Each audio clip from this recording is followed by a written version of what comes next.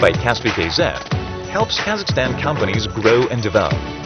Most partners of Kaspi Pay are small and medium businesses.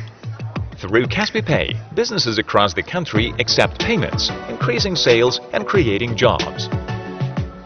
Today, more than 700,000 businesses in Kazakhstan are connected to Kaspi Pay. Kaspi KZ, made in Kazakhstan. A startup is always looking for new opportunities and effective solutions. Yandex Cloud Boost is a program designed for startups and scale-ups that provides access to technologies and support from a reliable partner. It's your opportunity to optimize infrastructure costs with cloud credits in Yandex Cloud and get access to other Yandex products under special conditions. Launch and scale your IT products with Yandex Cloud Boost. You can change the world around you starting now. For example, buy a car in a day and give it to a close one. Or move into a new apartment where everyone will have their own room. Or start your own business and change other people's lives. Freedom Bank. Time to change.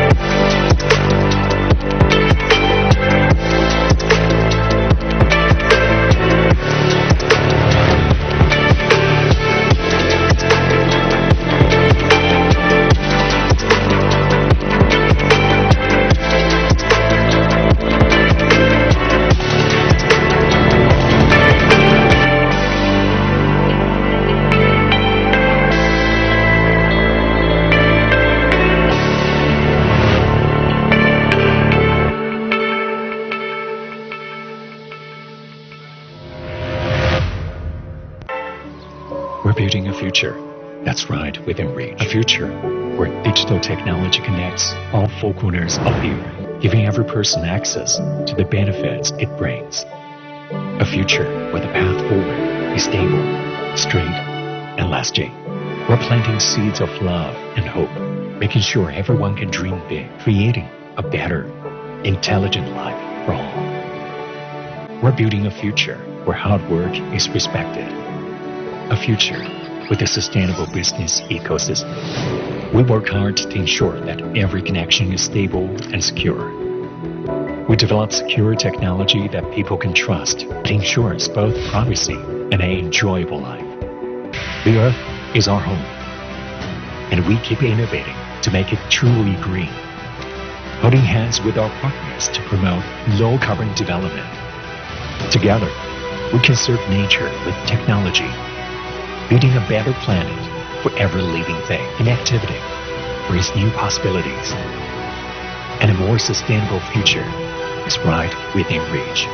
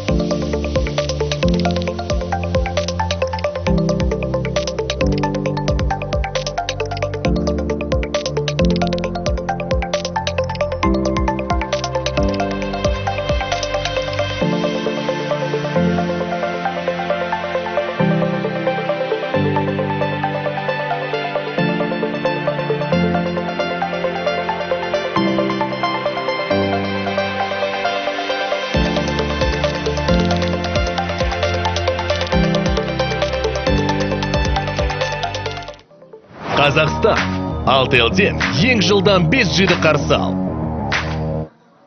Казахстан, встречай самый быстрый 5G от Altel. Everything you love, movies, TV series, and national content. Watch it wherever you want, on all your devices at once. Choose everything with Kazakh Telecom's TV Plus.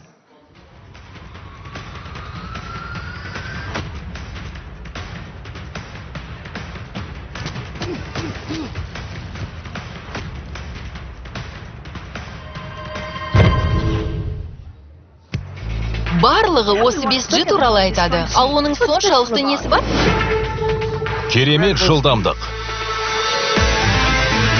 Бірнеше секунд ішінде сүйікті сериалдарды жүктеу үшін. Немесе кідіріссіз керемет ойындар. Әлде кез келген жерде болу мүмкіндігі. Ал мұның бәрін қалай алуға болады? Тиімді тарифін қосып, 5G мен 2 есе көп гигабайт алыңыз. Теле2, ерекше тиімді. Вот все говорят про этот 5G. А что в нем такого? Невероятная скорость. Чтобы скачивать любимые сериалы за секунду.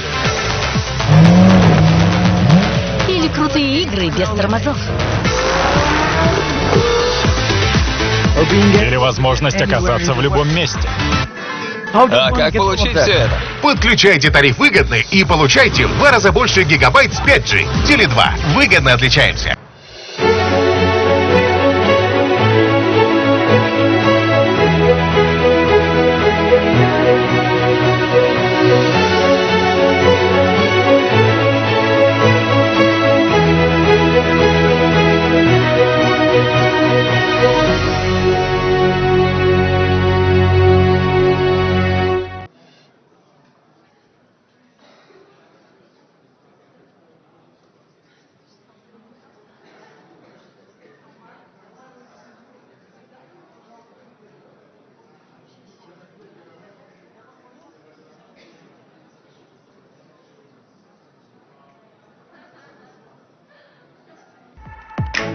Super mobile application Kaspi KZ is the most popular app in Kazakhstan and integral part of modern living. All our services are designed for one purpose: to improve lives of our customers. With Kaspi KZ Super App, more than 14 million of our customers make payments and transfers, manage personal finance, buy air and rail tickets, use popular public services, and shop online with free delivery nationwide. Mobile app for business Kaspi Pay by Kaspi KZ helps Kazakhstan companies grow and develop. Most partners of Kaspi Pay are small and medium businesses. Through Kaspi Pay, businesses across the country accept payments, increasing sales and creating jobs. Today, more than 700,000 businesses in Kazakhstan are connected to Kaspi Pay. Kaspi KZ, made in Kazakhstan. A startup is always looking for new opportunities and effective solutions. Yandex Cloud Boost is a program designed for startups and scale-ups that provides access to technologies and support from a reliable partner. It's your opportunity to optimize infrastructure costs with cloud credits in Yandex Cloud and get access to other Yandex products under special conditions. Launch and scale your IT products with Yandex Cloud Boost. You can change the world around you starting now. For example, buy a car in a day and give it to a close one. Or move into a new apartment where everyone will have their own room. Or start your own business and change other people's lives. Freedom Bank. Time to change.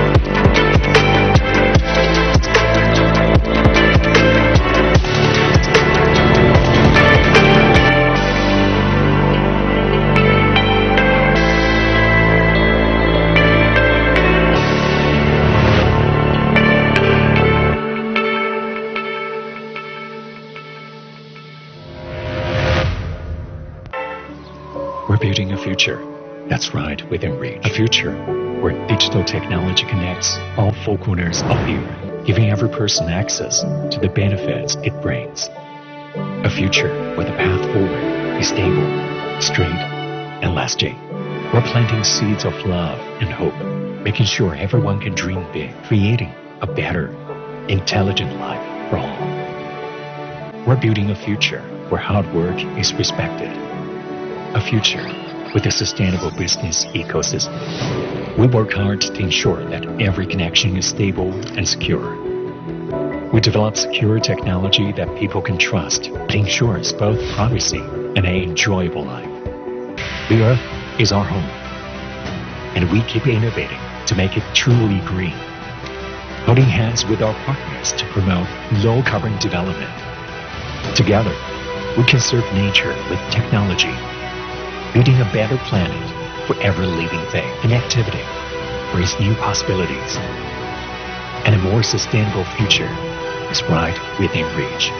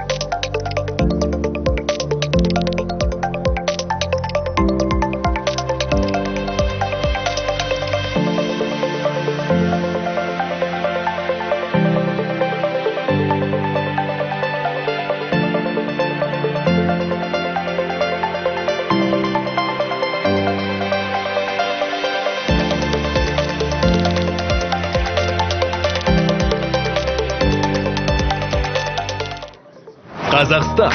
Алтелден ең жылдам 5G'ді қарсы ал. Казахстан. Встречай самый быстрый 5G от Altel. Everything you love. Movies, TV series, and national content. Watch it wherever you want. On all your devices at once. Choose everything with Kazakh Telecom's TV Plus.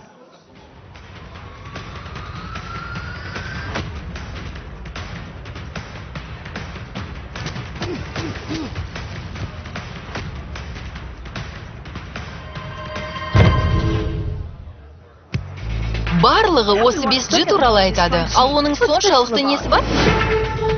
Керемет жылдамдық. Бірнеше секунд ішінде сүйікті сериалдарды жүктеу үшін. Немесе кідіріссіз керемет ойындар. Әлде кез келген жерде болу мүмкіндігі. Ал мұның бәрін қалай алуға болады? Тиімді тарифін қосып, 5G мен 2 есе көп гигабайт алыңыз. Теле2 ерекше тиімді. Вот все говорят про этот 5G. А что в нем такого? Невероятная скорость. Чтобы скачивать любимые сериалы за секунду. Или крутые игры без тормозов.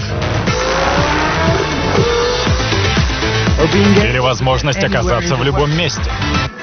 А как получить все это? Подключайте тариф выгодный и получайте в 2 раза больше гигабайт с 5G. Теле2. Выгодно отличаемся.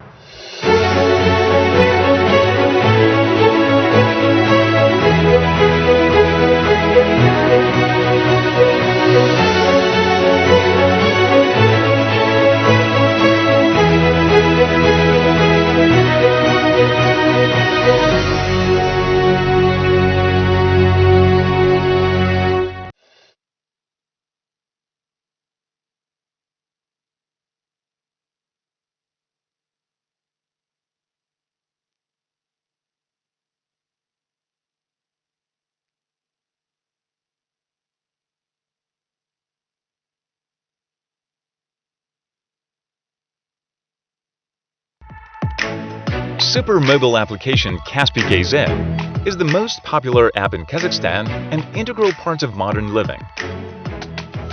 All our services are designed for one purpose: to improve lives of our customers. With Kaspi KZ Super App, more than 14 million of our customers make payments and transfers, manage personal finance, buy air and rail tickets, use popular public services, and shop online with free delivery nationwide.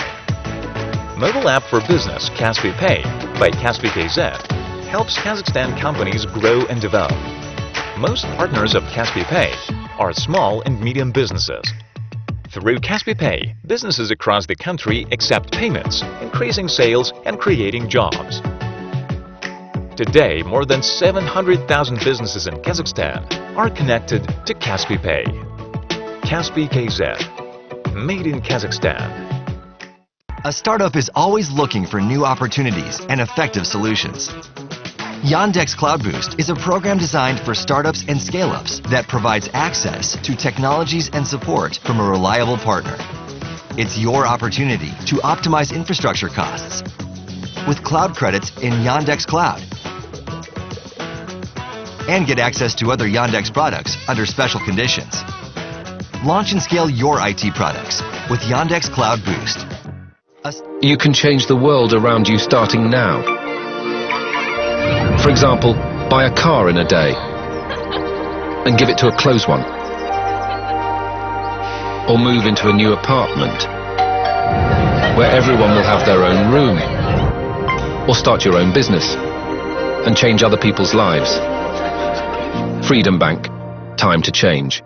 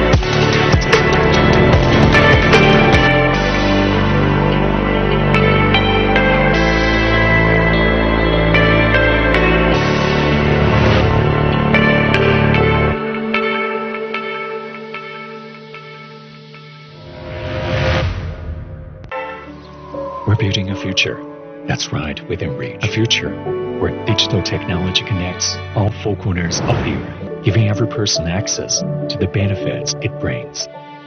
A future where the path forward is stable, straight, and lasting. We're planting seeds of love and hope, making sure everyone can dream big, creating a better, intelligent life for all. We're building a future where hard work is respected. A future with a sustainable business ecosystem. We work hard to ensure that every connection is stable and secure. We develop secure technology that people can trust that ensures both privacy and an enjoyable life. The Earth is our home, and we keep innovating to make it truly green. Holding hands with our partners to promote low-carbon development.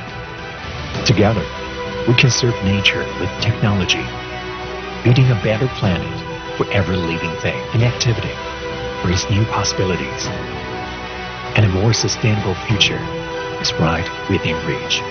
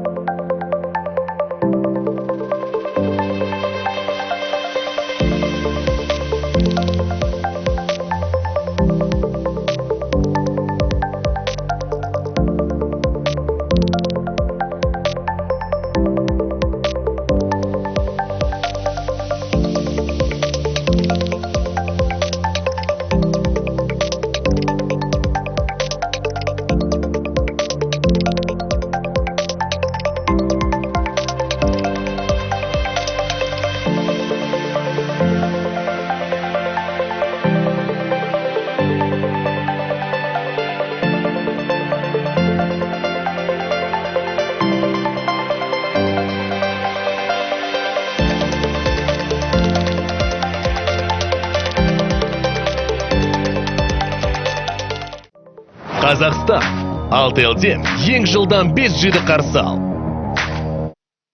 Казахстан, встречай самый быстрый 5G от Altel. Everything you love, movies, TV series, and national content. Watch it wherever you want, on all your devices at once. Choose everything with Kazakh Telecom's TV Plus.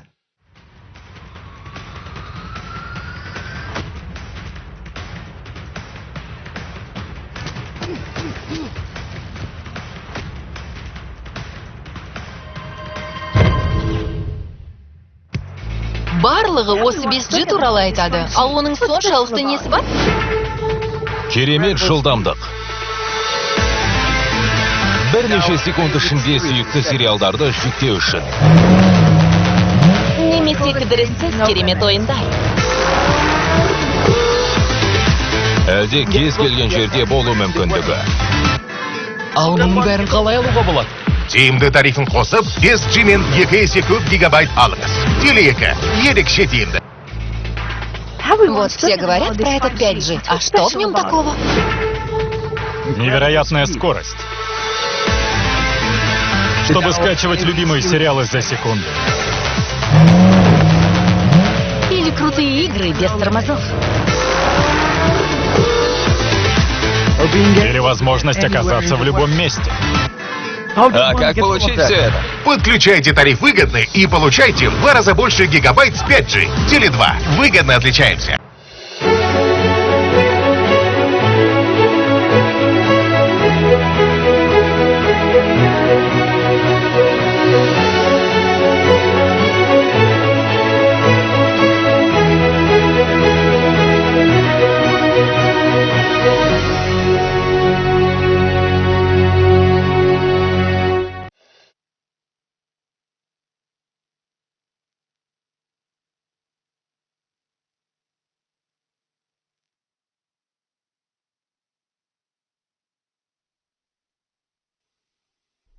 Ladies and gentlemen, please take your seats. Kindly mute your mobile phones. We have simultaneous translation services available in Kazakh, English, and Russian. Thank you for your attention. Ханымдар мен мырзалар, орындарыңызда қалуыңызды өтінемін. Ұялы телефоныңыздың дыбысын өшіріңіз. Бізде қазақ, ағылшын және орыс тілдерінде ілеспе аударма қызметтері бар. Назарыңызға рахмет. And gentlemen, welcome to the panel session, GolfStack Accelerating Digital Transformation. Ladies and gentlemen, welcome to the... Maybe let's give applause to this wonderful lady, yeah? She already made the introduction. Қайырлы күн, құрметті достар. Welcome to our panel session. I'm really glad that today we have such a wonderful panel, I would say, participants. And we have Natalia Machu, Regional Director, International Telecommunication Union. Oleg Pekov came to us from Uzbekistan Republic, and he is introducing the ministry which develops the digital strategy for Uzbekistan. Thomas Tirs, Ambassador of Estonia for Kazakhstan, Kyrgyzstan, Tajikistan, Turkmenistan, and Uzbekistan. Thomas is covering all countries within Central Asia, and Thomas, welcome on the stage. Richard Kirby is our expert, independent expert, who came from I would say, background of being UN expert and UN consultant for many years. And Richard will share with us his point of view. And of course, we have Rastislav Konyashkin, our representative of the Republic of Kazakhstan. Rastislav is acting chairman of the board of NITEC. Let me welcome such a distinguished panel, and I would like to mention that all of them came today to highlight such an important topic, which is called GovStack. And you will be able to hear what GovStack is meaning about. And I think you, as the ordinary citizens of the Republic of Kazakhstan, will be able to understand what this such a wonderful topic will bring to every of you, and you will be able to share what will happen in the nearest future. In order to provide you more insights about this topic, I wanted to say that today we have a special presentation, and presentation will be developed by and provided by Natalia Mochu. Natalia, please, the floor is yours.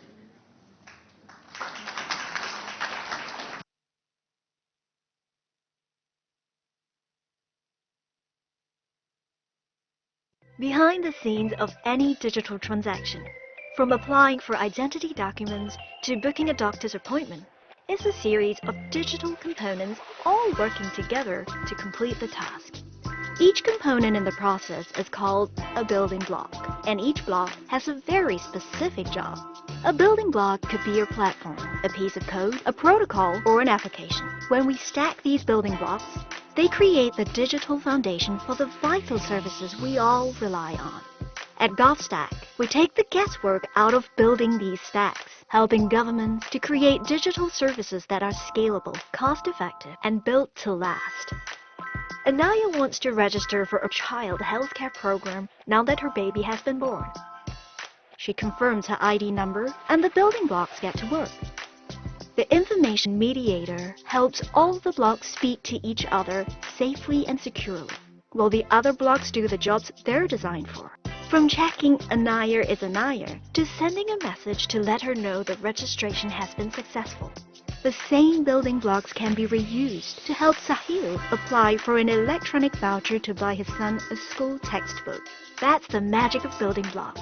You don't need to create bespoke solutions every time a new service has to be delivered.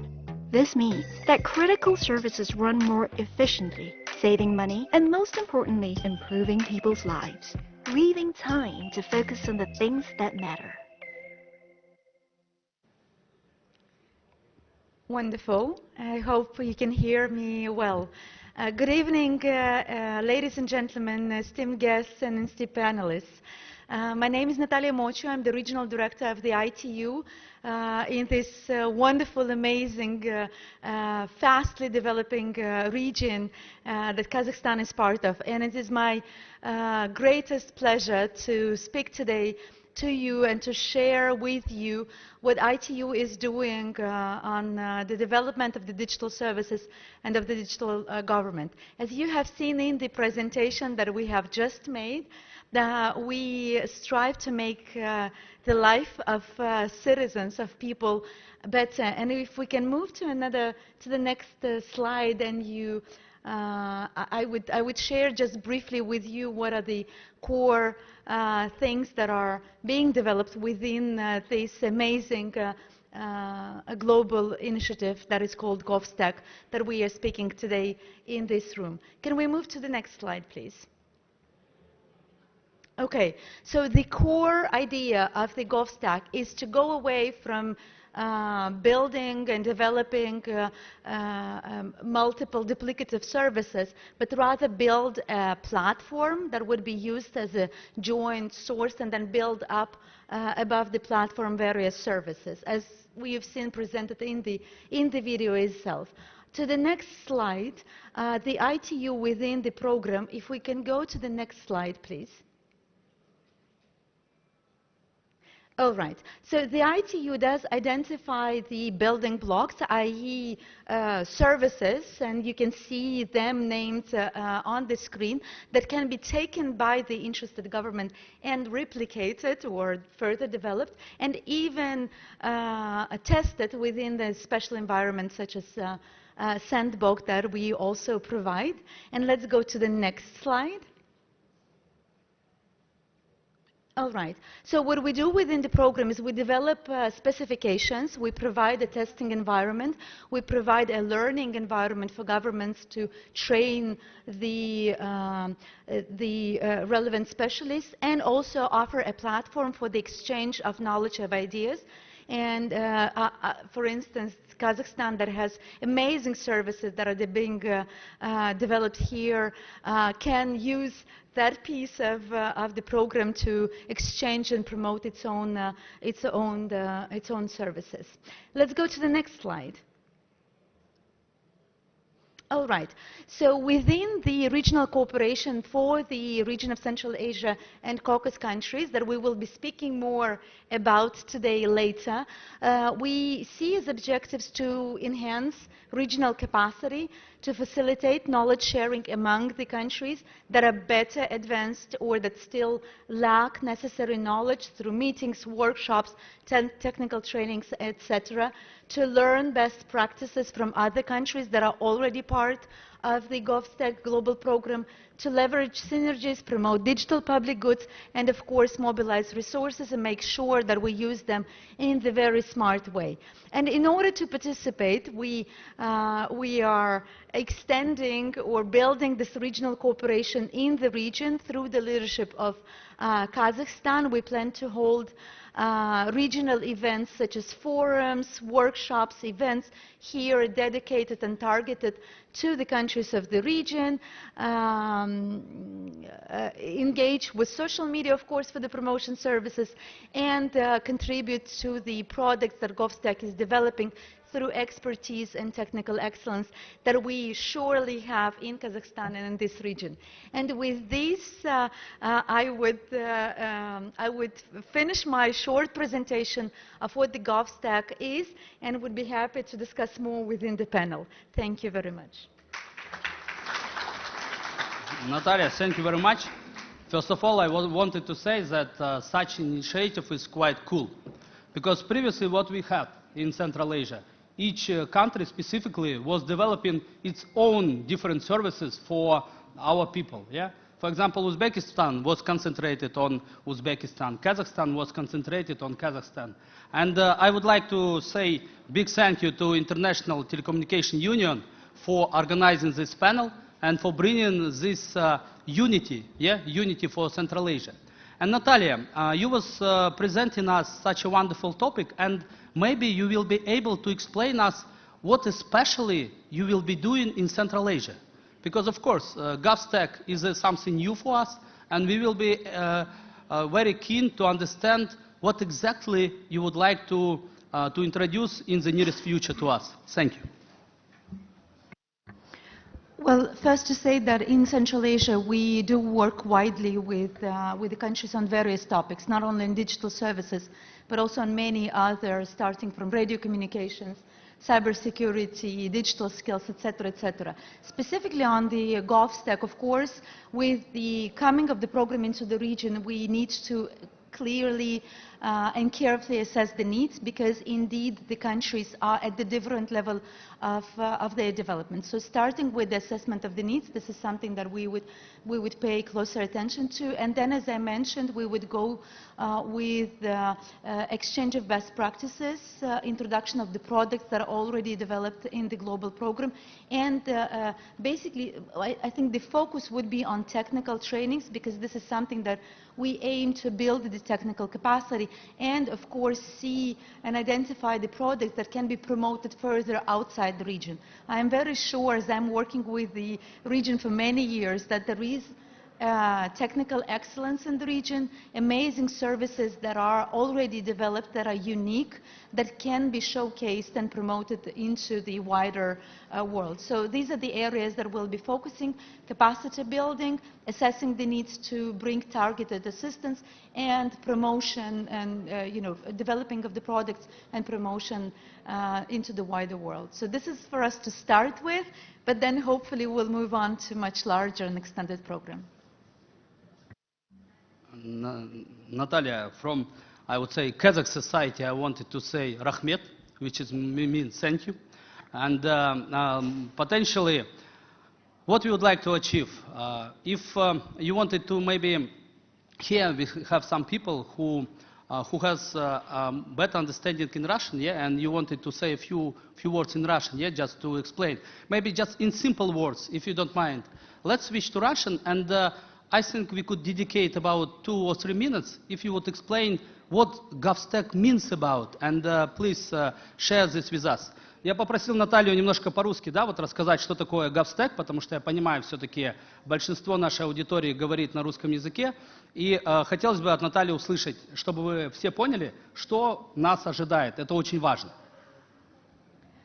Спасибо большое. Я не знаю, насколько в упрощенном языке это можно рассказать. GovStack, конечно, нацелен в основном на правительство, на, по большому счету, повышение эффективности деятельности правительства и предоставление услуг гражданам.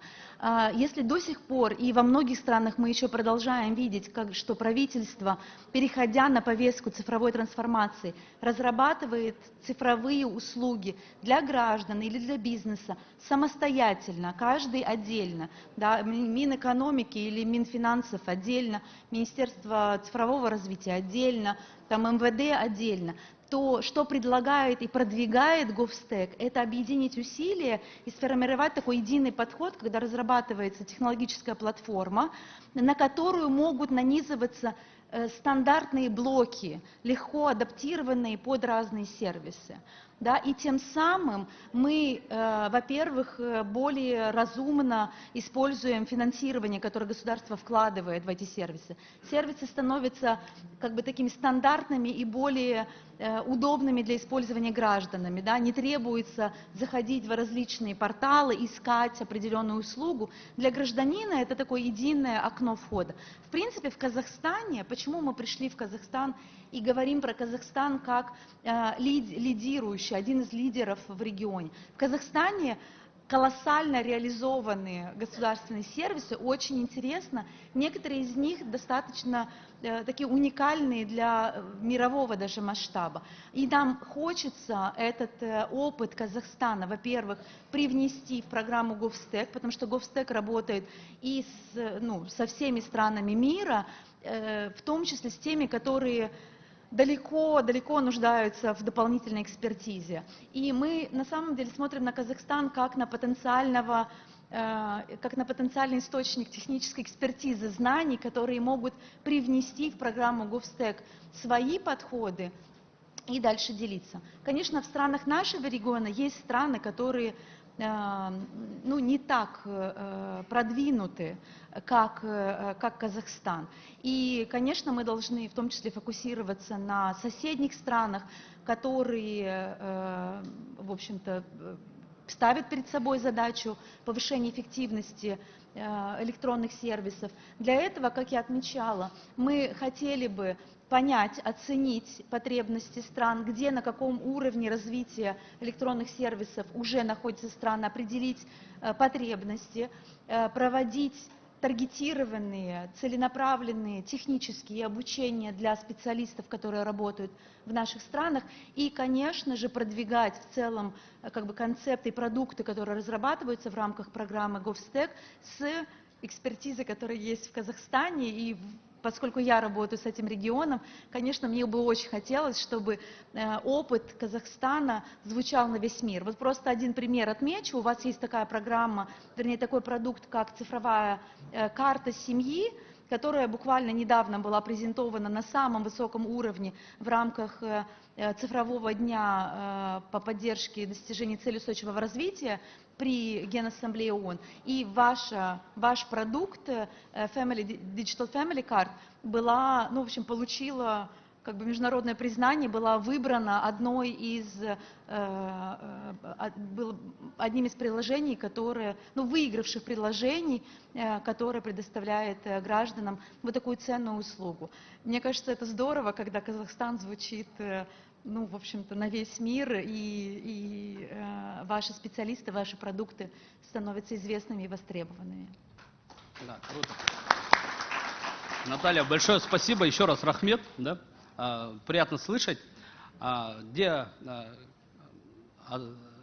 participants, dear speakers, if you don't mind, I will switch from Russian into English, because let's have this bilingual session. By proceeding further, we heard a lot about Kazakhstan. However, from my side, I wanted to say that around Central Asia, we have a country which is currently under development and strong development. This country is developing different areas of the economy, especially the digital one. Oleg, let me come to you, because I'm personally representing KPMG in Caucasus and Central Asia. And we re-established our office in 2017. Starting from this date, I have seen how Uzbekistan proceeded in terms of improving the infrastructure. I saw a lot of new buildings, and of course we are working with different companies. And we saw what kind of great progress they achieved during the last 5 years. By formulating my question, I wanted to mention that I am aware that you have developed the digital strategy recently, and you updated it in 2023. And potentially you will be able to share with us what is this document about. Is it just a document, or you have already implemented some tangible actions? And of course, please share with us what do you think about GovStack initiative. Please.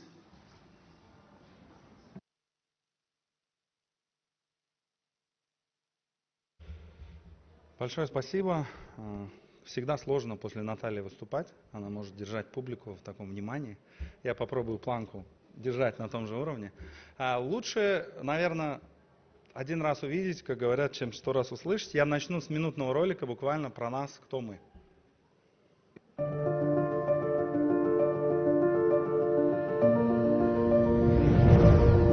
Who are we? We are a strategic location connecting Europe and Asia. We are 36 million people, the largest in Central Asia. We are 60% of the population under 30. We are 5.7% GDP growth rate. We are the 4th most affordable city in the world. We are 9th, the safest country. We are 15th, lowest internet cost. We are a country with 99% of internet coverage.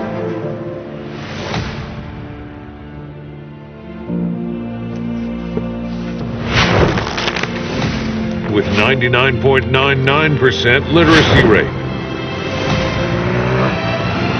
We are 5 million English speakers. We are 36,000 freelancers. We are more than 100,000 IT talents. We are more than 1,400 tech-based enterprises. We are more than 500 IT export-oriented companies. We are more than 300 foreign tech companies. We are a 0% tax rate for IT companies. We are fully committed to fostering innovation and entrepreneurship. We are the IT hub of Central Asia. Uzbekistan is the new outsourcing hub. We welcome you to grow your business with us.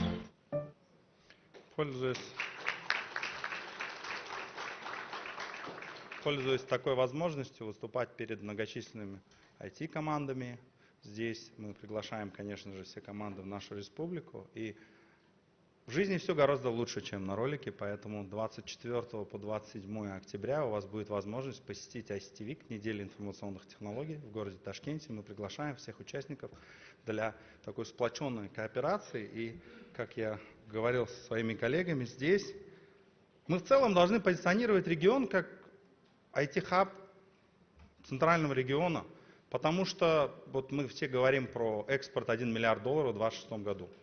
В мировых цифрах это не так много, чтобы заявить о регионе в целом и сказать, что да, здесь есть высокая компетенция, здесь есть серьезная разработка, мы должны вместе представлять наш регион совместно. И я вот эту идею максимально пытаюсь продвинуть здесь сегодня. Мы никак не должны конкурировать в регионе, мы должны работать как одна единая команда, в связи с чем всех резидентов мы приглашаем также в нашу республику для того, чтобы делать совместный бизнес, совместные продукты, потому что вместе мы сильные, мы... Могу долго-долго развивать эту тему. И вот, как вы сказали, про стратегию. Действительно, принята стратегия Digital Uzbekistan 2030, которая включает в себя основное направление. Кто-то скажет, ну как до 30 года можно принять стратегию, которая будет работать? Вектор развития в ней четко прописан, и каждые 2 года постановлением президента утверждается перечень проектов для реализации. Каждые 2 года фактически мы берем новую планку. И по той же стратегии был план, что в 2028 году будет первый миллиард. Сейчас мы пересмотрели эту задачу и уже в 2026 году, так как текущий год планируется закрыть более 300 миллионов. Это такие некие KPI-цифры, которые всем понятны. Цифры вещь упрямая, против них никак не пойдешь никуда. И вот 2 основных направления. Сейчас у нас в целом 100 целей до 30 года. Стратегия называется Узбекистан 2030. И здесь 2 основных направления. Это 5 миллиардов экспорта к 30 году с четкими KPI, задачами в разрезе, значит, каждого года. И здесь вот командная работа, она и выстраивается. Я вкратце расскажу, где мы сейчас, что будет, и постараюсь так максимально быстро. Сегодня мы занимаем 69 место в рейтинге ООН по электронному правительству, и вот динамика очень хорошая, 18 позиций плюс. Кратко про e-government. Это сегодня более 500 услуг, и ряд банков, коммерческих банков предоставляет госуслуги в своих приложениях, как и здесь, как и в Казахстане, потому что люди привыкли к интерфейсу, им просто удобно, они привыкли получать услуги уже по посредством тех приложений, которые им удобно, и здесь, опять же, мы подчеркиваем в этом слайде.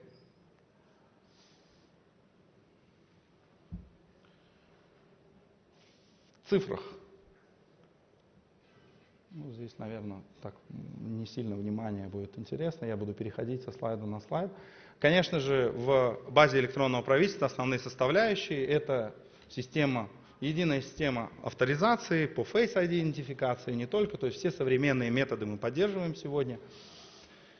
Более 100 баз данных, которые используют 5 единых идентификаторов, PNFL, ИНН для юридических лиц, ВИН-номер, геокод и так далее, что создает как раз-таки вот этот GovStack, когда мы можем спокойно переходить с одной системы на другую, мы идентифицируем граждан в своих системах и так далее. Здесь на этом слайде развитие искусственного интеллекта, так как в целом в Digital Bridge это про искусственный интеллект в этом году. И здесь, конечно же, это идентификация. У нас голосовой помощник Мухлиса, мы его будем презентовывать на следующей неделе, который может все, что могут сейчас современные голосовые помощники и не только.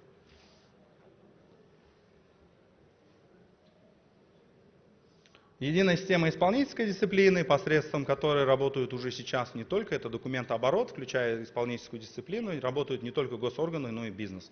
Потому что это просто удобно, удобный календарь, ну и все остальное. Также создан удобный и понятный инструмент для создания государственных сайтов. совместные на единой платформе. И здесь в цифрах практически то же самое, что мы говорили в ролике. И здесь вот я правый угол попрошу нижний посмотреть. Здесь мы постарались разбить по носителям языках, именно кто свободно владеет языками. И нас 5 миллионов, кто говорит на английском языке. Больше 100 тысяч на арабском, 11 тысяч на китайском. Эти цифры в мировом масштабе, они не такие великие. Но когда Узбекистан объединяется с Казахстаном, Таджикистаном, Киргизией, не только, цифры становятся гораздо больше, и экспертиза повышается по каждому направлению. И вот я уже на предыдущей сессии говорил про один очень интересный кейс. Совместно с арабскими коллегами, Объединенными Арабскими Эмиратами, был проект 1 миллион узбекских программистов, 1 million Uzbek coders, и на сегодняшний день его закончили более 1,7 миллиона человек. То есть мы в массе, нас, как уже говорили в ролике, более 60% молодые люди до 30 лет. И Human Capital — это тот ресурс, человеческий ресурс молодежи, который есть, с тем, что совместить ресурс человеческий, науку, технологию и компьютерную грамотность, computer skills, это даст невероятный рост. Вот образовательные программы, конечно, должны быть также совместные, мы должны обменивать это, и контентная часть должна быть тоже развиваться совместно. Я думаю, что на этом все. Я вот присяду. Большое спасибо.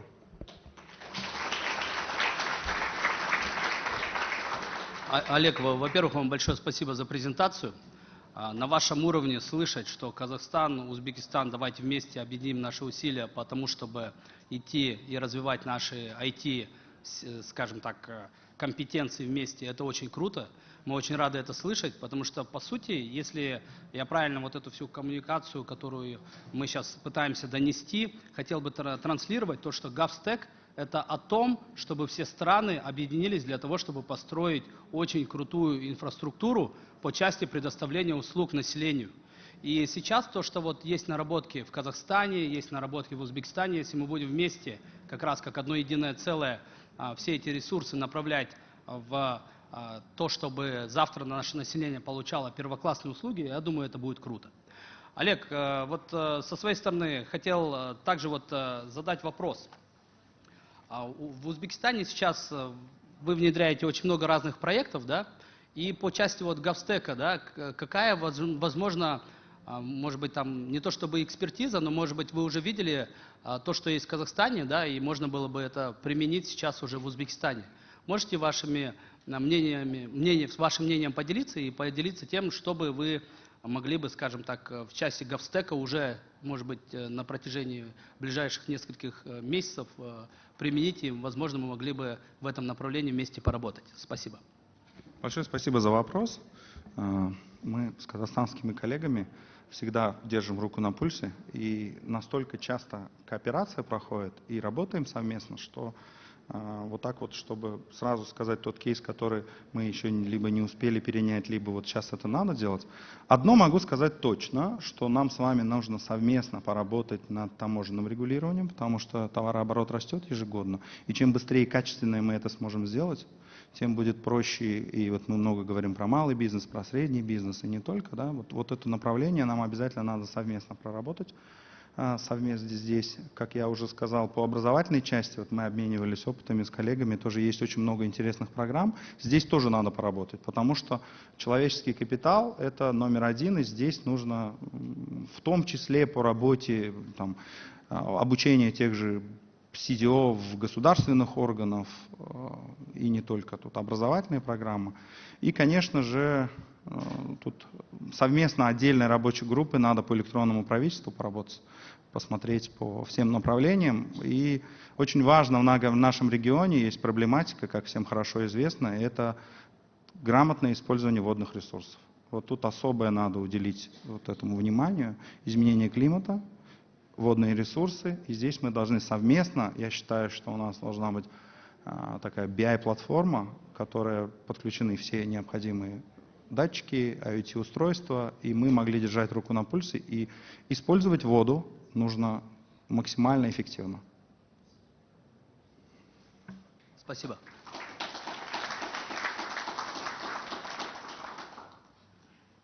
Now I think it's time to switch to English again, and especially to move to the next speaker, who is representing Estonia. I would like to mention that I was quite surprised when I heard that Estonia currently is one of the countries providing great services, digital services in the country. And I want to say that among East Europe, Estonia one of the countries which started to introduce those, I would say, IT solutions a long time ago.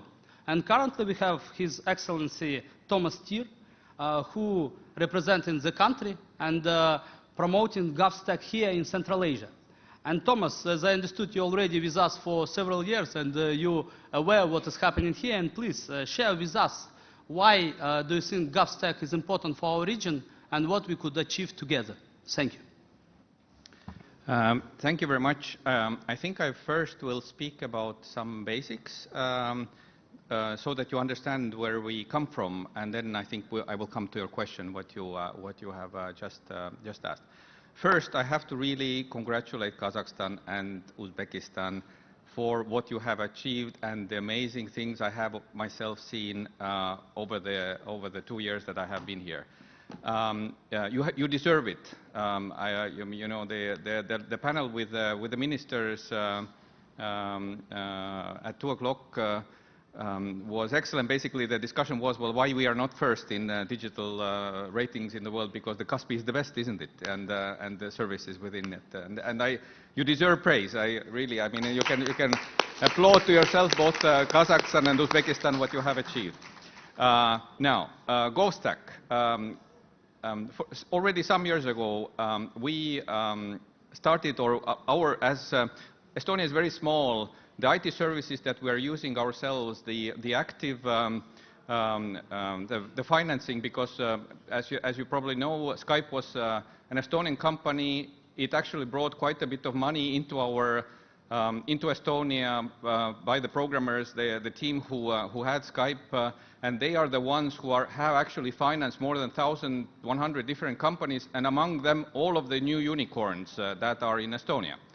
So, in other words, at the same time when we developed our e-governance system and the services for the citizen, for the government institutions, we also were financing the export potential. And we understood that actually we can do things online that we cannot do online outside. I think every Kazakh and Uzbek probably feeling that when they go abroad, it's so cool to do it at home, and the moment you cross the border, you have to get cash again or something like that. So we know that there are services we would want to use abroad, but we cannot.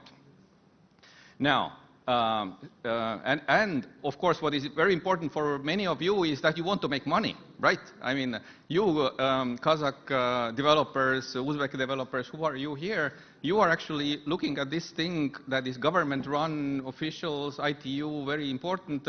How can I make money out of it? So that's also, you want to have an export on it. And that's actually was our situation also more than 10 years ago, that we had very strong e-services, but we actually needed to start to promote what we do ourselves, and there was interest from countries like Kazakhstan and Uzbekistan and other Central Asian states, for example, to actually use these services. So we understood that we need to actually promote some of the basic stuff, some of the principles, how we run the Gov services. So GovStack, in part, at least from an Estonian point of view, is 25 years of our mistakes written into the system to do not do the same mistakes. For example, data has to be in the system somewhere once. Everywhere else, it should be going from there where it's the best quality of the data, right? The ID code of the person, the address of the person, how many children he or she has, etc., etc. So family registries and so on. So there shouldn't be a duplication of data. Very obvious thing for an IT person, right? But for governments, there are 15 or 32 databases. Everyone has their different address, or it's the same address but written in a different way. And it's not connected to a GIS, or Geographic Information System. So anyway, we're talking about some of these basic things. Once only, cyber at the core, data quality in the exchange, etc., etc. Technology neutral. Very important thing actually in the GovStack is that it should be open code systems, or the principle, the specification such that you can, if you want, you can use proprietary technology, but you don't have to use. You can use also open source software.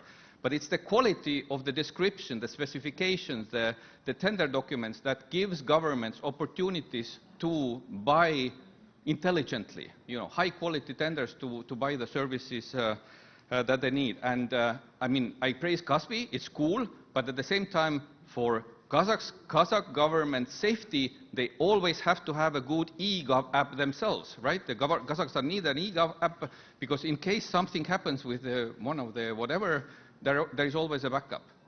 And there has to be a backup. You should look at the cryptography ID card scare we had in 2017, where there was a threat that actually all the digital signatures of Estonia could be broken in 2017. Yeah? But because people had other means of authenticating themselves, it didn't become a problem. It was highlighted. We were public about it. We didn't hide the problems about it, because the very, very important thing about the e-service, the gov services, is the trust. We have to trust the system that actually they treat our data properly, the banks treat our money properly, and so on. So I actually advise all of you who are dealing with programming, with developing, with coding analysts, look at the GovStack Go global webpage, because you will see what it has high quality requirements in the text there. What does it mean to have a high quality system? What does it mean to have an interoperability with other systems, etc., these principles. Now, very important thing is, which everybody says, oh, how many services you have online? We have all of them pretty much online, except 2, marriage and divorce. But you can submit the documents already online for both, but you have to be in person. We used to have that we couldn't buy property, but COVID changed that. We can do it e-notarius now with online face recognition and digital signatures. You can buy property online, so those are the 2 only, which means everything else you can do online, right? But putting some A4 paper from paper to IT, it's not high quality. The quality comes actually from using the data, using the quality of data to redesign the process. Because the best service is that people doesn't know that they have a service or they use the service. The best service is it automagic. Somehow very high quality, money comes to my account. They just ask to which account I want my child payments. Or they just ask that in your neighborhood there is a kindergarten, would you like your child to go this kindergarten or that kindergarten? That's a high quality service that you actually don't deal with the government. Another thing which is very important, which we don't think about, is that a high quality service, one thing is you as a citizen. Well, how often do you deal with government? Once a month? 2 times a year? 3 times a year? Driver's license? Some other thing? Very few times. But if you are a lawyer, if you are a judge, if you are an accountant, you deal with government every month or maybe every day, few times. Which means for the biggest effect of all the efficiency comes that all the back office processes are digitalized, that they are without human or as little human touch as possible. That's where the efficiency comes, from the bureaucrats, that the bureaucrats don't carry the paper between each other. There is no difference of carrying a paper for signature or sending the, 7 emails or 7, I don't know, checks, to the computer. Maybe you don't need all the checks, maybe you need 1. Anyway, so some of these principles are in the GovStack system. Actually, I advise you to read it because it's a high-quality material written in there. It is developing. It's voluntary. It's a non-government organization that doesn't have an organization except ITU, to whom we look as a developing partner in the future. We are very generous, happy that there are donors. Estonian government itself is one of the donors of the process. So actually, I'm quite positive about it, and I see possibilities to cooperate, and your countries, Kazakhstan and Uzbekistan both, you have what to share and what to offer. And make sure when you develop your things already, you start developing now, talking to each other, right? Because the moment, if I'm here, I'm so super duper online, I can show the documents, and then I go to Uzbekistan, can I do the same? Will they recognize it, or they will require my paper document? Probably they will require paper document. Okay, maybe you need to change some laws, yeah, or regulations to accept electronic documents, but you should already design your systems in such a way that they start talking to each other. Your data fields are the same, the formats are the same. So if the governments are ready for this exchange of data, I can drive across with my car, you know, from one country to another, and the same information will be at the police officer, the insurance information, etc., and I can leave my IDs home or your driver's license home, and I will not get a fine in Tashkent when I left Shymkent. Yeah. So thank you very much. Enjoy the show and ask me questions too. Thomas, thank you very much for such inspiring speech, first of all.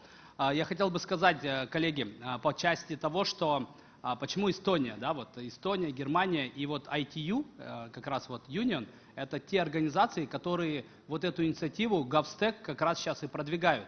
Я вижу, руки поднимают, мы чуть позже, у нас будет сессия вопросов и ответов, но я хотел сказать, что в целом мы сейчас вот приветствуем не только вот ITU, да, но у нас и Эстония, и Германия это основоположники вот этого направления GovStack, да, поэтому у нас сейчас как раз посол, представитель Эстонии сегодня с нами. Ну, кішкене, давайте қазақша сөйлесейік. Бүгін қатысушылар ретінде бізде халық аралық, біздің экспертіміз бар, қонақ. Сондықтан ол тек қана ағылшын тілінде сөйлейді. Сондықтан ағылшын тілінде жалғастырайық. Richard, if you don't mind, let us come to you, because here in Kazakhstan, we, frankly to say, respect those experts who spend a lot of time in United Nations trying to understand what is a digitalization mean about, yeah, what this topic is about. And you potentially could help us to elaborate on the topic of GovStack. And please tell us from institutional perspective how we will be able to achieve this synergy among the countries, yeah?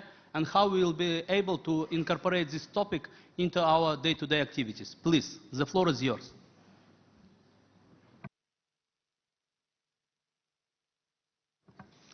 Thank you very much.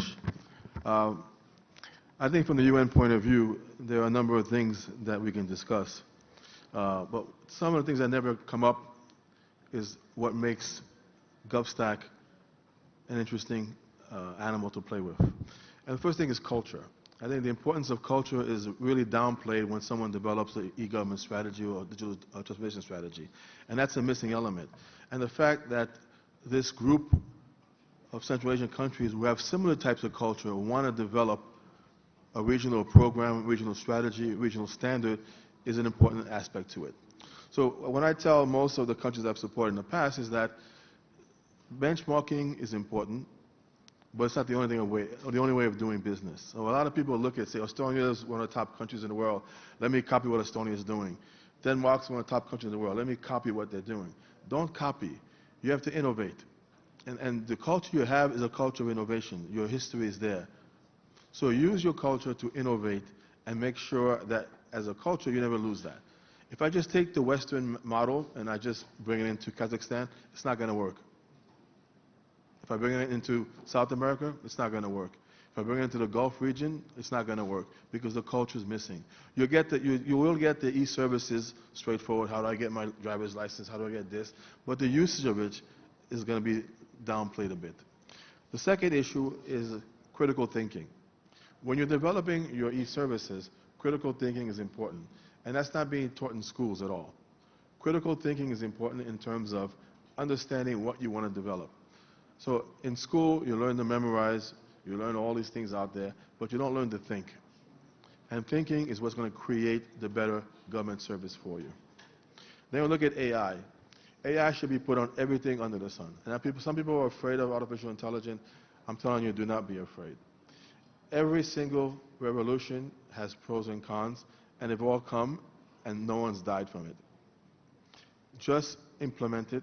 You'll see the benefits of it. The negative part will exist. You have to reduce those barriers for that. There are ethical issues that AI doesn't really handle properly, and that's because of lack of data. So if you put the data in place to make sure that AI works properly, your life will be a lot simpler to go forward. And when you develop your e-government services, one thing that I've seen very few countries do, and that is developing a communication outreach strategy. how do I tell people that these services exist? Most government believes that I'm going to create a service, put it on a website, and my job is done. Right? And then they're shocked when 5% of people use that service. Because first of all, they're not aware of your service. As we mentioned before, very few people go into your government website unless they need something. So if you can develop that outreach program to ensure that information is available, this is how you do it. Create tutorials, so when I come into your system, I can use it fairly simple. Use your feedback that you get from your citizens. And when you ask for feedback, don't just ask, is it a good website or a bad website? Be very specific on what you're asking for.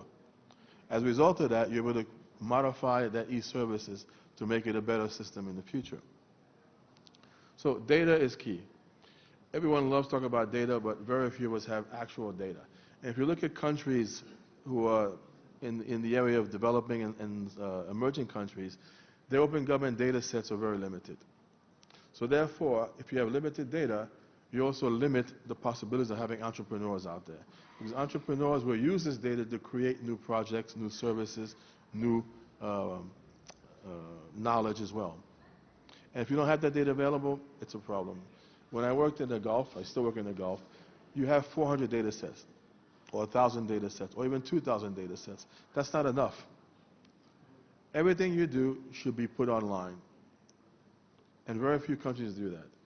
And the countries who are on the top of the UN are the ones who are the most open.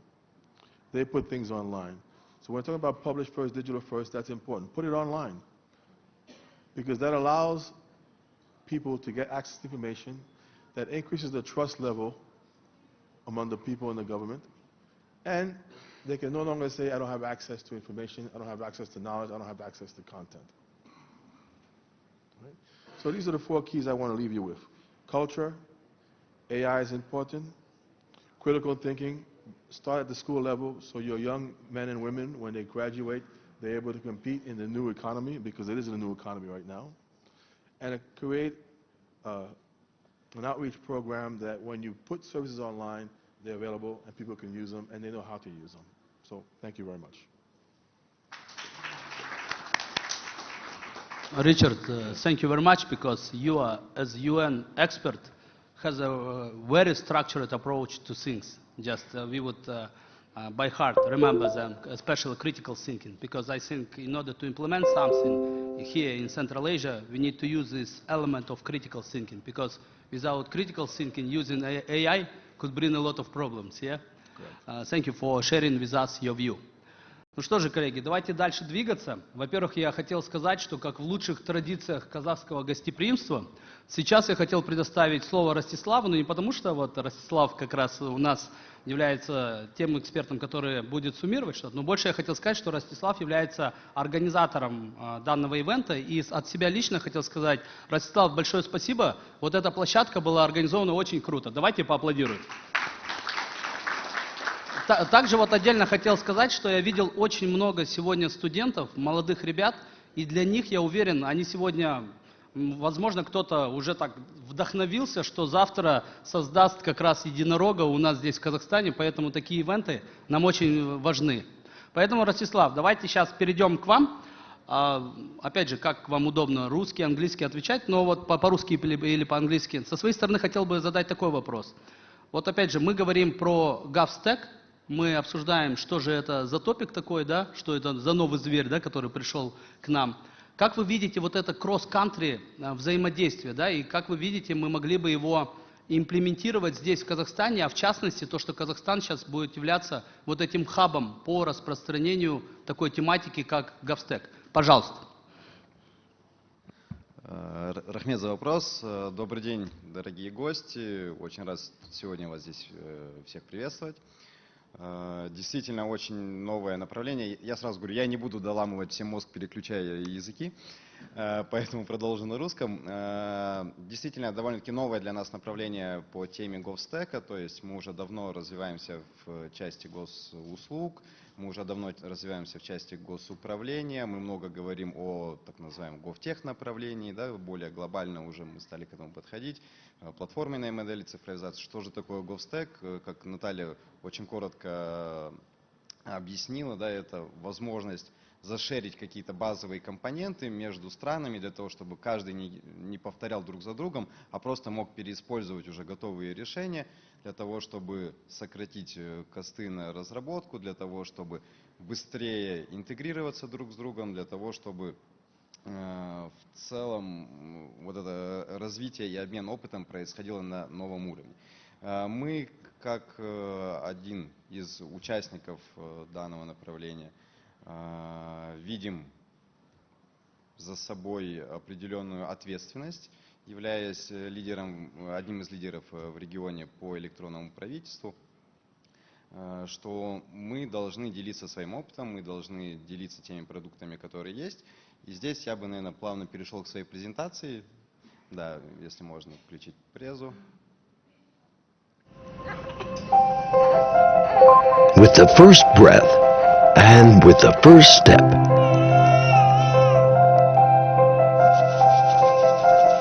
life begins to take on other colors. Step by step, fate, like a whirlwind, surrounds us with events. And every stage of life is like a new step, overcoming which we acquire the most important. For each pleasure, no more time is given than necessary. Devote your precious time to the really important things by leaving the worries to us.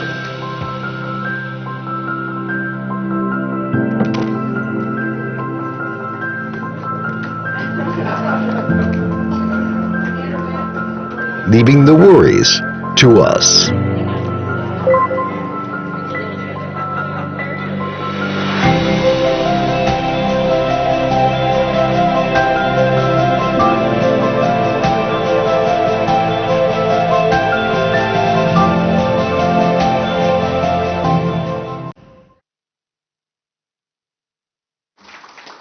Да, такой довольно-таки милый ролик, через который мы пытались донести, как раз-таки объяснить, наверное, ту концепцию Invisible Government, о которой говорил ранее глава государства, да, и что мы под ней подразумеваем. То есть это минимальное взаимодействие впрямую между сотрудниками государственных органов, обслуживающих организаций и граждан, да, минимизация контакта, минимизация дополнительных каких-то документов. Можно даже, можно даже вернуть на один слайд назад.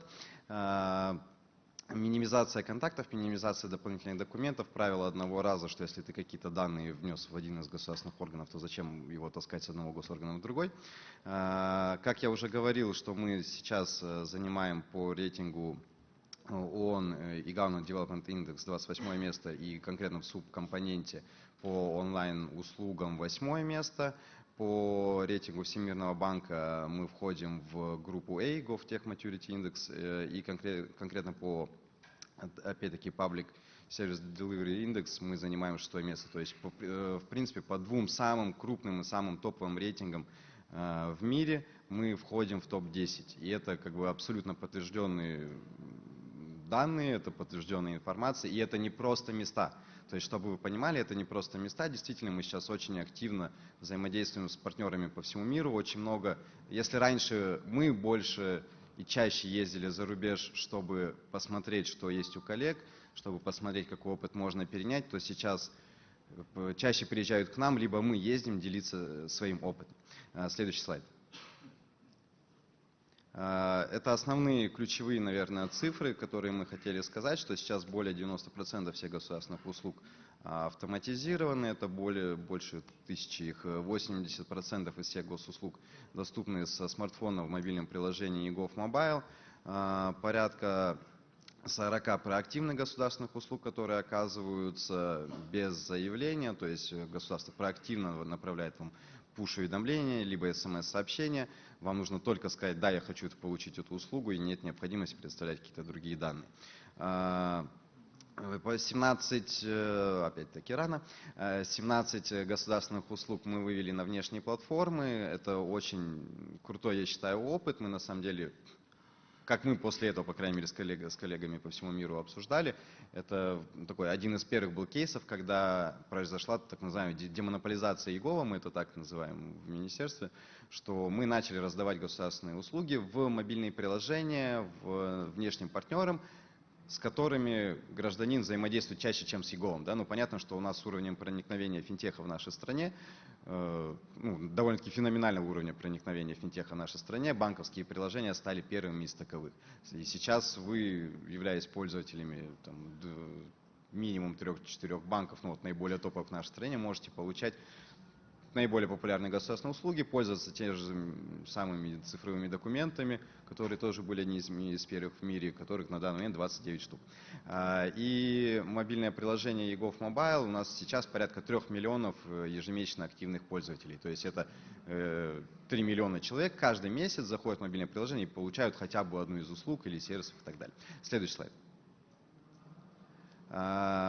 Это то, чего мы уже достигли, это то, в чем мы относительно хороши, и то, за что мы получили там, крутые оценки в международных рейтингах. Да? Но мы, конечно же, не останавливаемся, с учетом того, что мы очень далеко забежали в части оцифровки государственных услуг. Следующим шагом мы решили, что нам нужно упрощать их создание. То есть, что мы делаем дальше? Мы приняли такой концепт платформенной модели цифровизации.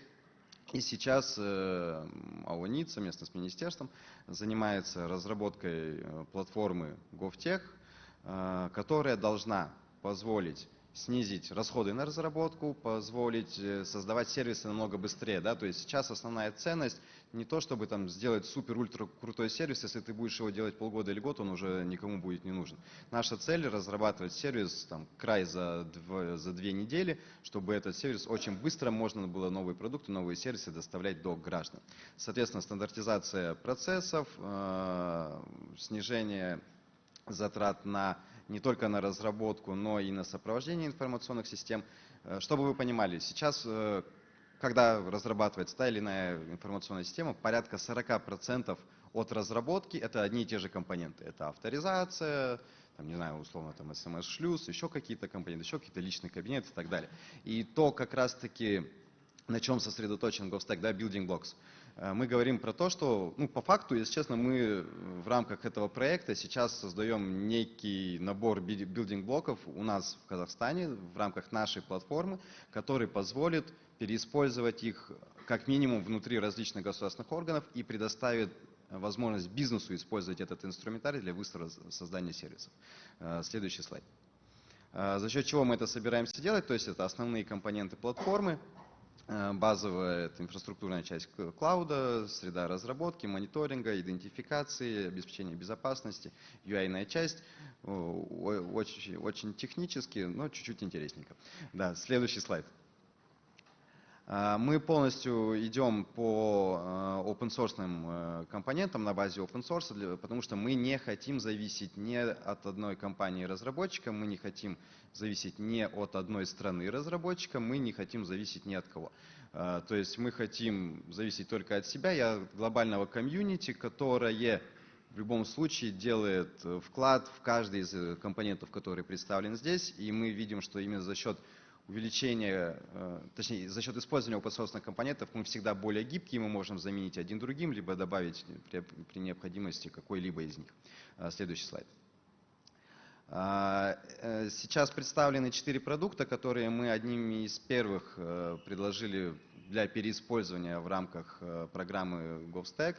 Мы считаем, что это топовые компоненты, которые в том числе были одними из наиболее поздних в разработке, то есть наиболее свежие, да, компоненты, которые уже были написаны на микросервисах, которые уже можно переиспользовать и которые, как мы считаем, в принципе должны присутствовать в экосистеме электронного правительства каждой страны. Это портал SmartBridge интеграционный, на данный момент у нас порядка 1500 сервисов уже там размещено, 3000 интеграций произведено, G2G интеграции порядка 1000 и 1755 G2B интеграций. То есть через этот портал разработчики, бизнес имеют возможность получать доступ к API-шкам государства, чтобы создавать продукты новые с добавленной ценностью, именно не стоимостью, а ценностью для гражданина. Smart Data Document — это та система, та платформа, про которую в том числе сегодня отмечал глава государства, да, это единый дата-лейк государственного сектора, в котором мы уже оцифровали более 10 тысяч индикаторов, это именно визуализированных, это единый дата-лейк, на базе которого мы сейчас оказываем проактивные услуги. То есть это то, про что я говорил. Если вы один раз, не знаю, в поликлинике сказали, что это мой ребенок, то мы сделаем так, что потом вам не нужно будет идти в другом государственном органе доказывать, что это ваш ребенок. То есть понятно, что пока что еще не все идеально, есть пробелы по данным, есть проблемы в чистоте этих данных, но мы как раз-таки работаем сейчас очень активно над их актуализацией.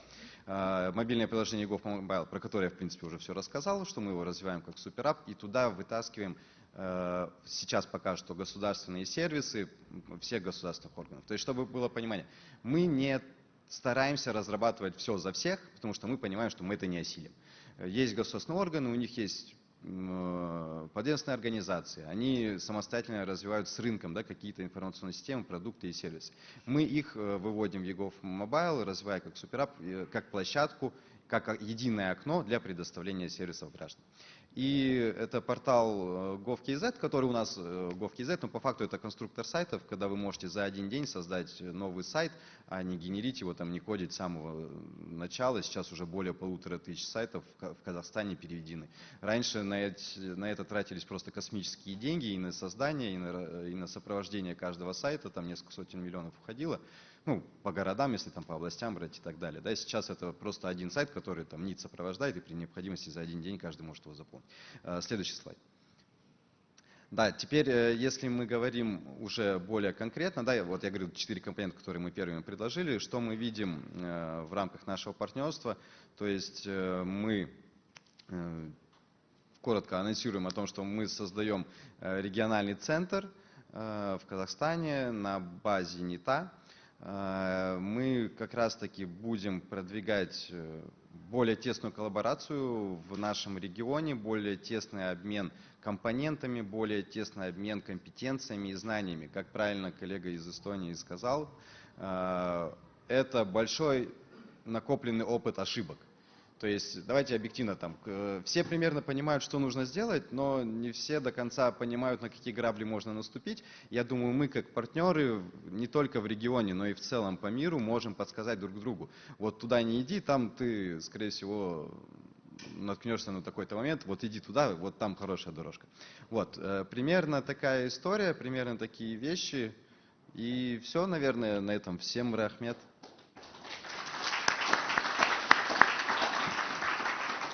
Ростислав, спасибо большое за вашу презентацию, так как, по сути, то, что вы рассказывали, то, что Олег рассказывал, это та основа, которая ляжет в основу GovStack в будущем. На основании чего мы будем все это как раз соединять и дальше всю эту инициативу двигать.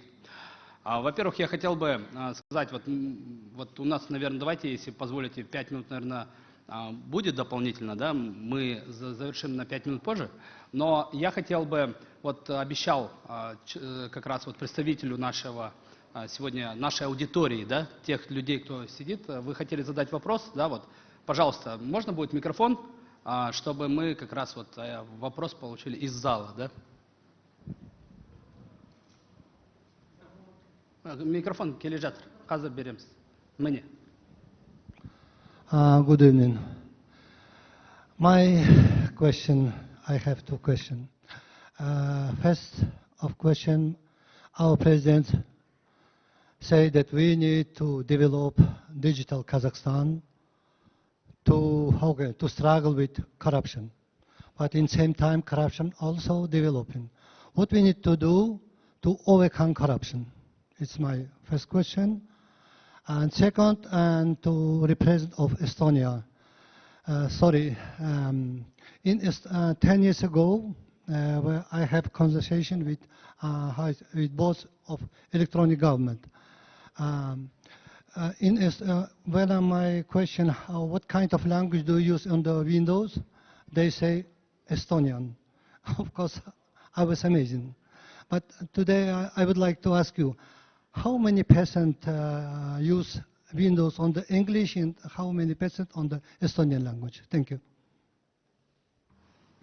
Ага, сізге көп рахмет. Видно, вы подготовились к вопросу, да? Okay, dear distinguished panel, Richard, I see that you would like to answer to the first question, and Thomas, if you wouldn't mind, for Estonian-related question, you should be speaker, yeah? Richard, let's start with you. Thank you. Let me just start by saying this. Every country in the world is corrupt. Okay. How to get around that is to publish all your financial data, all your confidential data, who owns what property, who owns what salary, who owns what land, and how much money they make. In the United States, I know exactly how much money Obama makes. That's written for everyone to see. I know exactly how much money every single senator makes. I know their net worth, and they get extra money by doing other things outside of government. So once you make it published and it's available, you can say, Mr. X, your salary is $100,000 a year, yet your net worth is $5 million. How did you get to that number? Prove it. Just publish information. That's the simplest thing to do. If you don't publish information, no one knows what's going on, and therefore a lot of things are hidden under the carpet. Make sure everything is published, and very few countries are willing to do that. Thank you, Richard. I think quite frank and structured reply. Please, Thomas. I will actually comment also the first question. For example, we have, if our businesses are searching information about partners in Central Asia, I can tell you 100% that we are in much better situation with Kazakhstan because your e-government works. We can actually go to the registry and see some information about the company, the tax registry, and the QR codes on some of these reports and things like that are working. You can send the document to Estonia, and they scan the EN or BEN number, and they see the same information, and they can be verified that actually it's a valid document. It's not a fake. Somebody made a bad copy of some registration document or so. You cannot do it, maybe you can do it now in Uzbekistan, but not all Central Asian states you can get such transparency, for example, about the companies. So you are ahead, and I think you should go farther, with what has just been said about transparency, because it does reduce corruption. Now, the second thing is actually, I don't know. The answer is, I don't know. How many of us use Windows in which language, but we can all now do it in Estonian if we want to. But what you should understand that, for example, this session that we have now, we would use zero Russian language, because everybody would use either Estonian or English. Not because we don't like Russian or so, but because the usage of Estonian language is so strong, so popular, that we use our own mother tongue for it. And if we don't know, we use the next international language. Yeah. So in that sense, all of our main accounting system, document management systems, etc., are in Estonian. And then my colleague Ainur here, who is in front line, she's suffering because she doesn't have it in Russian or English. Yeah, because she's a Kazakh lady, and she has to, put it through the Google Translate to understand what she has to do in Estonian. So in other words, pretty much all the government systems are in Estonian, maybe a little bit translation possible with help of big companies, but it is, we actually, I would even say, and I think you should do it too, ChatGPT, make the searches in your own language. Don't do it in English or Russian. Do it in Kazakh. I do it in Estonian. It's a good quality. Okay, it makes few mistakes, but it's good quality. So do it in Kazakh. You are teaching, by the way, ChatGPT to use Kazakh. By that, you make it better. So next version will come with much better Kazakh language search. So go ahead. Thank you, Thomas. Colleagues, if you don't mind, unfortunately, we don't have a lot of time, and only one question. Yeah, I see the man is raising the hand on the first row. He was the first, if you don't mind. Please, you was the first, and we will receive a question from you, and after that, we need to complete our session and make 2 statements before completion. Please, the floor is yours. Здравствуйте. Меня зовут Набиль, я региональный директор спутниковой компании, находится по всему миру. И в 2009 году я впервые приехал сюда и искал интернет-кафе, чтобы хоть что-то, я живу в Эмиратах, и чтобы хоть что-то делать. Хочу сегодня признать, что я сегодня не умею пользоваться все, что вы придумали. Потому что, ну, реально у вас слишком много. Ну, это очень удобно для тех, кто здесь живет. Но я здесь не живу, и у меня вот эти все QR-коды, и Каспи, и все. Ну, молодцы. Реально это очень хорошо. Это первый. Второй момент. Занимаюсь тоже и government, и digitalization по всему миру, я бы сказал, сегодня.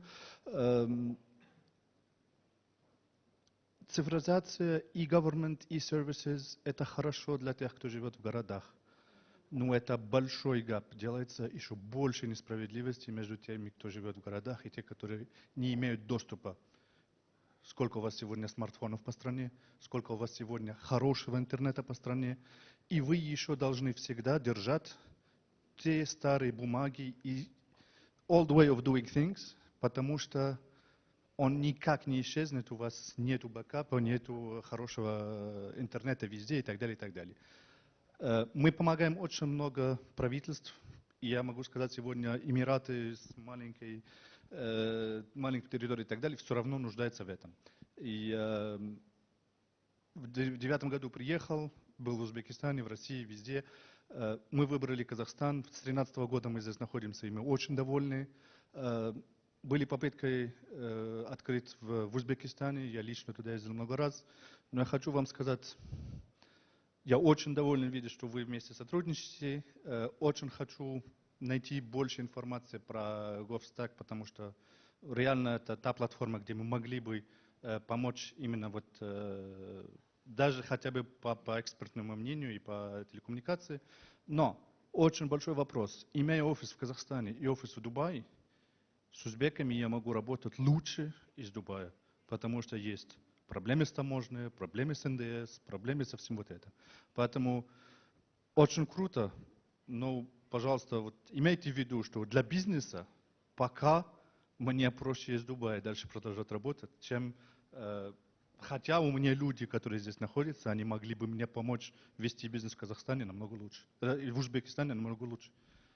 Инженер из Дубая отправить не так хорошо. Спасибо. Олег, может быть, прокомментируйте? Очень правильное замечание. Я полностью соглашусь с коллегой, это надо признать.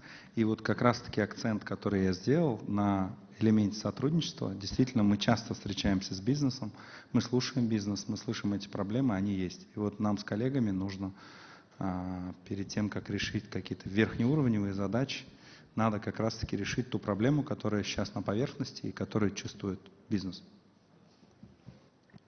Спасибо. Спасибо, Олег, за комментарий. То есть вы правильно говорите, можно много, как говорится, что-то предлагать, а есть те проблемы, которые лежат на поверхности. Colleagues, I see that the time is passing very quickly. I see that you have a great interest, and if Rostislav will allow, the last question from the audience, Rostislav, lucky you are, yeah? Please ask your question. Thank you. Во-первых, хотел бы поблагодарить команду НИТа за крутые сервисы. Мы одни из потребителей. Да. И очень рад и горд слышать, что во всем мире о нас слышат. Но есть над чем работать. Мы хотели бы вот заметить и обратить ваше внимание, что сервисы имеют такую способность быть недоступными. С другой стороны, есть пользователи, конечные потребители, которые сталкиваются с этой проблемой, не могут пройти биометрию и так далее. Я бы хотел, чтобы, наверное, или вы прокомментируете, пожалуйста, думаете ли вы о том, чтобы сделать там, у вас есть большой набор сервисов, и смотреть за их недоступностью в режиме онлайн, да, чтобы как потребители мы видели и пользователи могли сообщить, ожидайте, там, через 15 минут будет доступно. Вот мой вопрос такой, вот думаете ли вы о таком сервисе? Спасибо большое за вопрос. Я, конечно, мог бы просто ответить, что да, думаем, но, наверное, чуть-чуть поподробнее отвечу. Да. Смотрите, что есть ЕГОВ, да? К сожалению, ЕГОВ это не есть там полностью закрытая система, в которой оказываются все государственные услуги. ЕГОВ это есть лишь окошко, через которое подаются заявки на оказание государственной услуги. В каждой государственной услуге в целом, ну, в среднем, используется от 5 до 15 интеграционных сервисов практически всех различных государственных органов. Это самые популярные, это Министерство юстиции, то есть это физические лица, юридические лица, недвижимость, это Министерство финансов, то есть это Комитет госдоходов, если налоги, там платежи проверяются и так далее. И в принципе практически всех государственных органов. Часть есть наши внутренние сервисы, которые мы обеспечиваем непосредственно как компоненты той или иной государственной услуги. И, к сожалению, если хотя бы один из этих сервисов в данный момент недоступен, мы не можем оказать эту услугу. Да, действительно есть такая проблема с кратковременной недоступностью той или иной государственной услуги. Мы очень много внимания уделяем именно стабилизации работы компонентов, которые относительно устарели. Да? То есть мы очень давно запрыгнули в эту лодку, очень давно стартанули. Есть компоненты, которые там уже чуть ли не полностью нужно переписывать. Есть компоненты, которые, к сожалению, устарели. Мы их постоянно тюним для того, чтобы они могли поддерживать системы в работоспособном, нормальном, полноценном состоянии. Мы значительно повысили стабильность работы, потому что я помню, когда меня только назначили, все ребята смеялись, у нас первую неделю практически каждый день были какие-то сбои. Они сказали, что это я не фартовый, но потом вроде бы все исправилось и стало получше. Поэтому, да, действительно, мы работаем и над мониторингом. К сожалению, не всегда это зависит только от нас, и не всегда мы можем сказать точный тайминг времени восстановления. Да?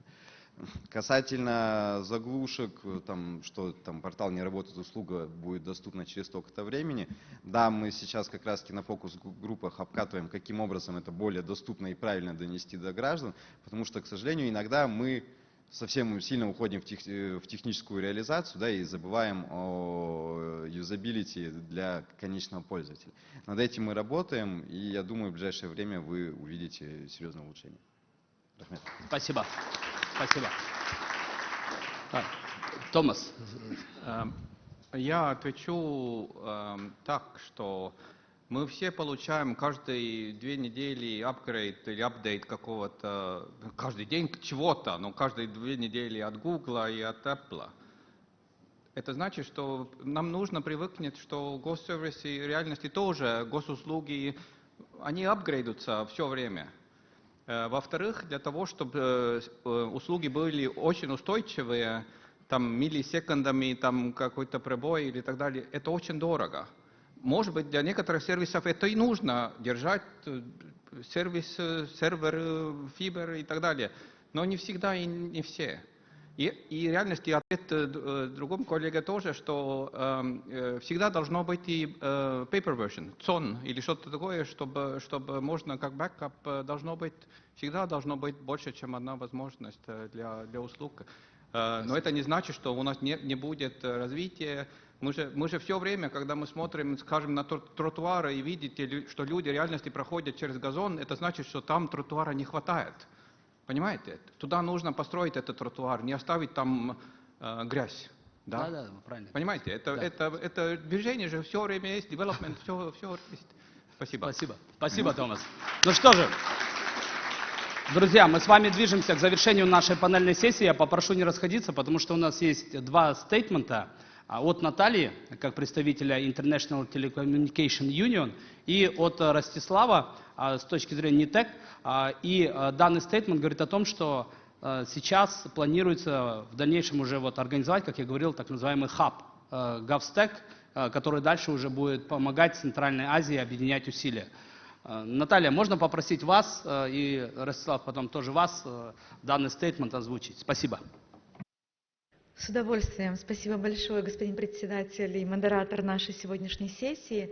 So I would kindly switch to English to make the statement that we are very pleased to announce today, and I think the discussion that we have here is really showing the high interest for the e-government digital services, the acute need to exchange our knowledge, to exchange our expertise, to draw from the best expertise. Just to make a side comment, when back in 2005 I was writing my thesis on my master's paper on e-government architecture back in my home country, which is Moldova, I had a mission to e-Government Academy of Estonia, and that was back in 2005.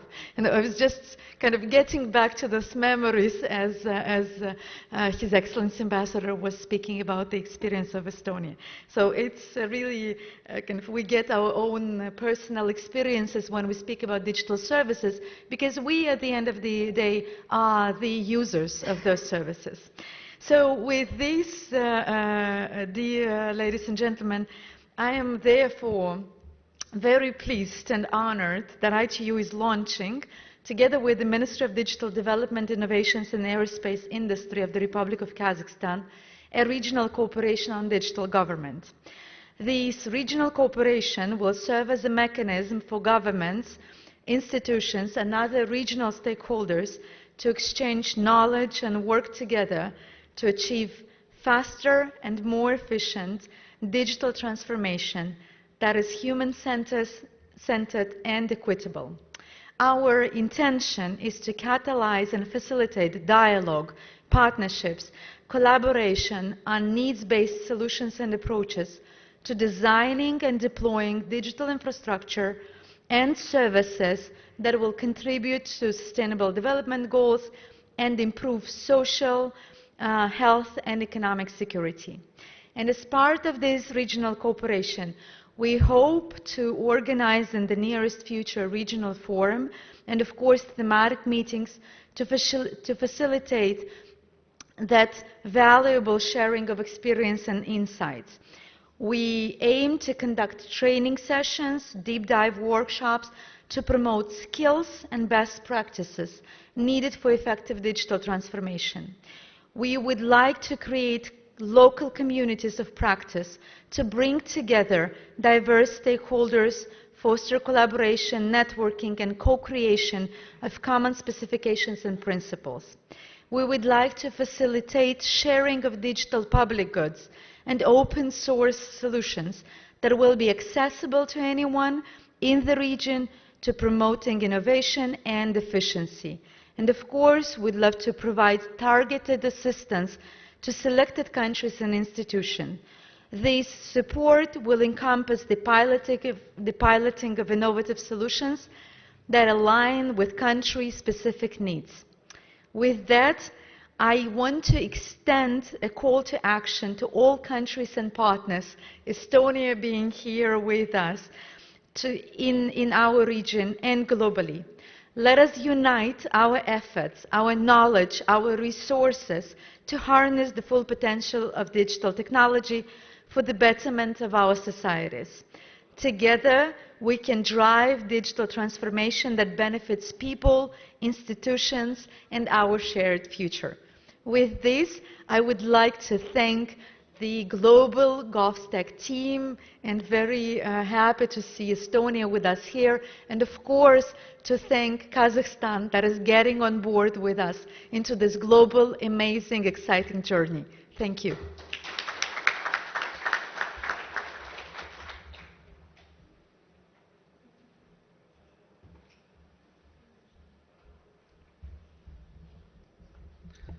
Да, дорогие друзья, довольно-таки такой волнительный момент, мы довольно-таки долго к этому шли, и это действительно, как я считаю, очень знаковый момент, тот момент, к которому мы шли не только как компания, но и в целом как страна, да? Показать свои намерения как одного из лидеров цифровизации в части взаимодействия с другими странами, в части помощи другим странам, в части передачи опыта другим странам. So today I'm glad to announce about collaboration between NITEC, Ministry of Digital Development, Aerospace and ITU, which exemplifies our commitment to share knowledge and resources with our neighbors in the region. NITEC will establish a program office dedicated to supporting GovStack in the region, and this initiative will serve as a knowledge hub for capacity building, technical support, and ensuring that governments across the region can effectively harness the power of technology to address their unique challenges. In conclusion, our collaboration between Ministry of Digital Development, ITU, and NITEC is about empowering nations, driving progress, and making a difference in the lives of people across our region. Together, we will continue to promote innovations, share knowledges, and work towards a brighter and connected future for all of us. Thank you, and I think this is a moment to share your hand. Yeah. Yeah.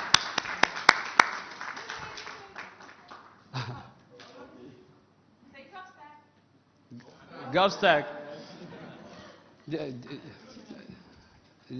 Dear colleagues, first of all, let me say a few statements at the end. The first statement, I would like to say a big thank you to each individual sitting in this room. Thank you very much for being with us today. You spent this extra 15 minutes and 1 hour, which give us an understanding that you support this topic as a GovStack. I would like to thank our speakers because you highlighted and described what the GovStack is about. And now, by heart, we as an audience and ordinary citizens are supporting you in this, I would say, direction. And additionally, I wanted to bring here some insight about the participants. We have ITU, who represents in Europe. We have Estonia, who represents Eastern Europe. We have Uzbekistan, and of course, we have Kazakhstan here. All of us together could create a better future for our society, and of course, we will be able to introduce new digital services. Thank you very much, and have a wonderful evening.